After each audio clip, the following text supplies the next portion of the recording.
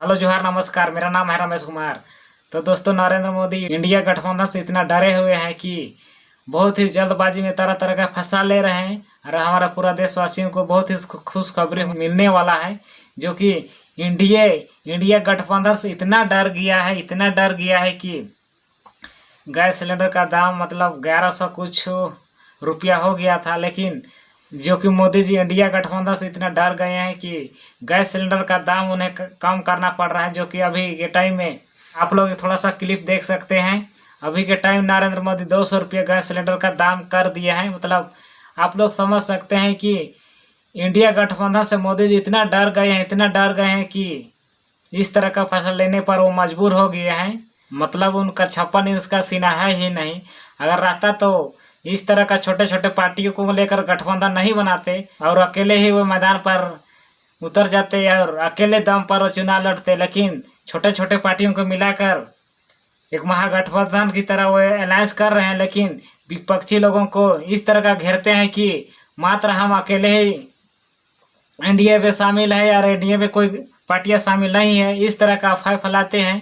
तो इस तरह का गोदी मीडिया हमेशा नरेंद्र मोदी का तत्पर प्रचार प्रसार करते हैं। तो आप लोग समझ सकते हैं कि हमारे देश में इस तरह जुमलेबाजी करने वाले प्रधानमंत्री हैं, जो कि बस उनको झूठ का प्रचार करना है, हकीकत को दिखाना है नहीं, और गरीबों के लिए कुछ करता है नहीं। मतलब बस उनको एक दूसरे से लड़ाना और जुमलेबाजी करना, यही नरेंद्र मोदी का काम होता है। तो आप लोग समझ सकते हैं कि 2024 में इस तरह का प्रधानमंत्री हमारे देश के लिए होना चाहिए या नहीं होना चाहिए।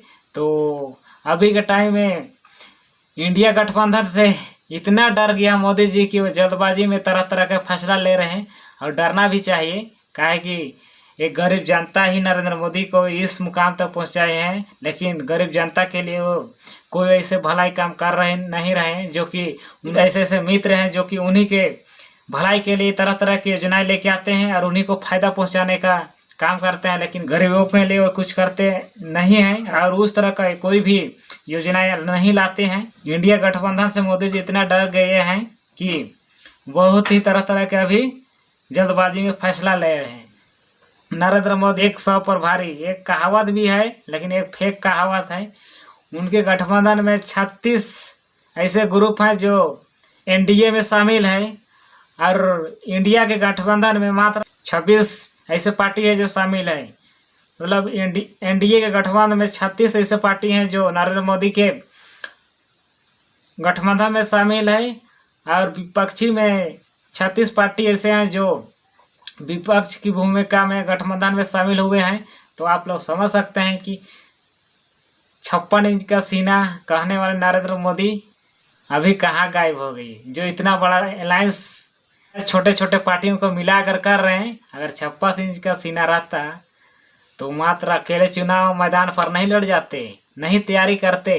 तो आप लोग समझ सकते हैं नरेंद्र मोदी बस झूठ का सहारा लेना जानते हैं और हमेशा झूठ को ही फैलाना चाहते हैं। और उनके ऐसे ऐसे गोदी मीडिया है जो कि मात्र झूठ को ही प्रचार प्रसार करते हैं। तो आप लोग समझ सकते हैं कि नरेंद्र मोदी इस टाइम इंडिया गठबंधन से इतना डर गए हैं कि उन्हें बहुत तरह तरह के जल्दबाजी में फैसला लिया जा रहा है। और अच्छी बात है, इस तरह का डरना भी चाहिए। जो कि कुछ भी निर्णय ले तो वो गरीब जनता के लिए भलाई हो। लेकिन इस तरह का नरेंद्र मोदी इससे पहले कुछ भी इस तरह का फैसला नहीं लिए।